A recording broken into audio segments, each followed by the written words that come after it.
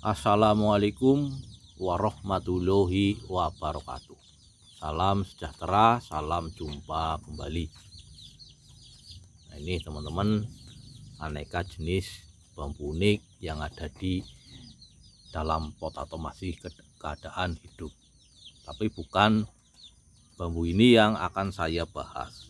Nah, yang akan saya bahas itu bambu yang masuk kategori sulit ditemukan. Bambunya sederhana tetapi sulit ditemukan. Bambu apa? Kita langsung saja teman. Nah ini bambunya. Ini kelihatannya sepele, sangat sederhana, tetapi ketika dicari di alam ini ternyata sangat sulit ditemukan. Nah, ini nama pakemnya apa? Nah, ini nama pakemnya ini Rogo Sukmo. Nah, Rogo Sukmo. Jadi antara Rogo Sukmo dan Rajut Sukmo itu berbeda, hampir sama tetapi sangat jauh perbedaannya. Nah, kalau Rogo Sukmo seperti ini teman-teman. Ranting, nah ini ranting. Ini masuk ke dalam lubang ruas sendiri, kemudian menembus ruas atasnya. Jadi ini menembus ruas atasnya. Jadi ini harus menembus ruas yang atas. Ini yang dinamakan Rogo Sukmo. Berbeda dengan Rajut Sukmo. Kalau Rajut Sukmo itu ranting ini hanya masuk ke dalam ruas saja. Seperti ini kita perbandingkan. Nah, kalau ini Rajut Sukmo. Ini ranting yang masuk ke dalam lubang ruas badan sendiri. Ini yang dinamakan Rajut Sukmo. Sama dengan ini Rajut Sukmo. Berbeda dengan Rogo Sukmo. Kalau Rogo Sukmo ini ranting masuk ke dalam ruas badan sendiri, kemudian menembus ruas atasnya atau buku atasnya. Jadi ini menembus teman-teman, ini menembus atasnya. Ini yang dinamakan Rogo Sukmo. Ini lebih sulit. Nah, kalau kita wedar secara jeling, secara ngaji jeling, ini lebih dalam lagi dari Rajut Sukmo. Nah, ini sederhana, tapi ketika kita mencari di alam ini sangat sulit ditemukan. Cuman memang sayang ini sedikit sudah lapuk, tapi ini sudah masuk Rogo Sukmo. Sederhana tapi sulit ditemukan. Nah, kemudian yang kedua yaitu carang 1000 atau ranting 1000. Nah, bambunya seperti ini teman-teman. Nah, ini dari jenis bambu ori. Nah, carang 1000 atau carang 1000 itu bambu yang bagaimana? Nah, carang 1000 ini bambu yang dalam satu alis. Nah, ini dalam satu alis ini tumbuh ranting lebih dari 2. Nah, muter ini dalam satu alis, ini dalam satu cincin bambu ini tumbuh ranting itu lebih dari 2. Jadi ini mengelilingi alis atau mengelilingi cincin bambu. Nah, seperti ini teman. Nah, ini penampakan kalau dilihat dari atas. Nah, ini dalam satu alis. Ingat teman-teman, dalam satu alis tumbuh ranting atau carang yang banyak. Nah, kurang lebihnya seperti itu. Kalau hanya tumbuh ranting kanan dan kiri itu pati lele. Tapi kalau lebih dari 2 itu sudah masuk carang 1000. Nah, ini jadi intinya carang 1000 itu ranting yang tumbuh lebih dari 2 di alis, dalam satu alis atau cincin bambu. Nah, penampakannya seperti ini. Ini muter teman-teman. Kenapa dibilang carang 1000? Karena memang rantingnya ini sangat banyak dalam satu alis. Nah, walaupun kalau kita hitung jelas tidak ada 1000, tapi itu penamaan untuk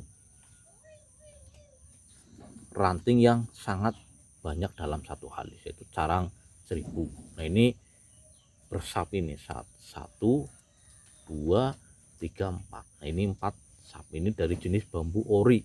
atau bambu hutan atau bambu duri. Nah, ini carang 1000 atau carang 1000. Nah, kemudian bambu buntet teman-teman. Nah, ini penampakan bambu buntet. Nah, buntet itu tidak berlubang seperti ini. Ini tidak ada lubangnya. Nah, ini tidak ada lubangnya. Nah, dalam hal ini tumpang sari.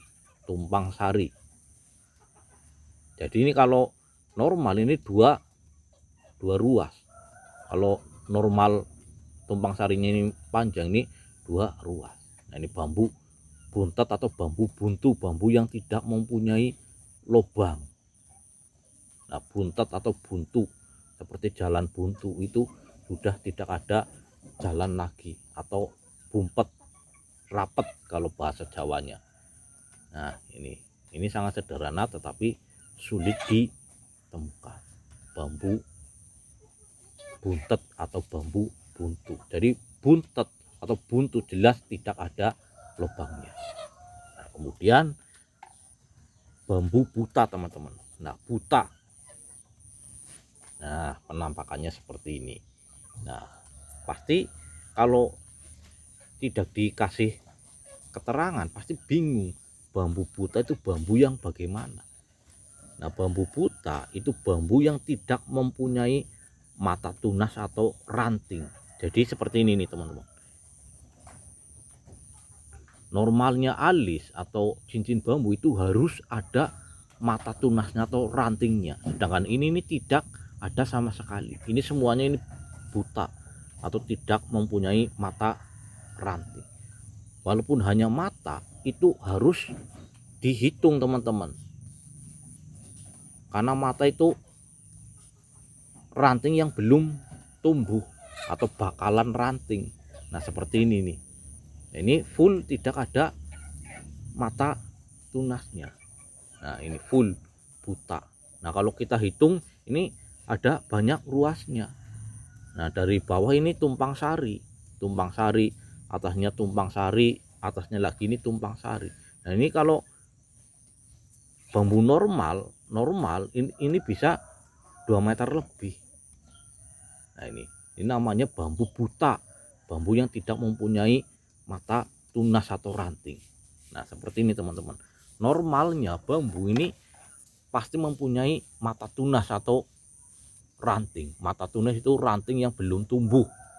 Jadi tetap harus kita hitung walaupun hanya mata seperti ini. Jadi kalau buta itu memang murni tidak ada mata tunasnya. Nah, ini teman-teman. Jadi untuk mengkaji atau meneliti sebuah bambu itu memang harus jeli, harus teliti. Karena kalau tidak teliti itu pasti akan salah dalam penyebutannya. Makanya untuk belajar bambu unik itu tidak mudah, itu memerlukan waktu yang cukup lama. Karena apa? Nama pakem bambu unik itu lebih dari 7.000 jenis pakem bambu unik. Jadi harus benar-benar jeli, benar-benar teliti. Nah, oke teman-teman, itulah beberapa bambu unik yang sederhana, tetapi ketika kita cari di alamnya ternyata sangat sulit ditemukan. Mudah-mudahan ini bermanfaat untuk menambah pengetahuan kita tentang keanekaragaman bambu unik yang ada di Nusantara. Jadikan ini pengetahuan teman-teman. Oke, mungkin saya akhiri. Wassalamualaikum warahmatullahi wabarakatuh.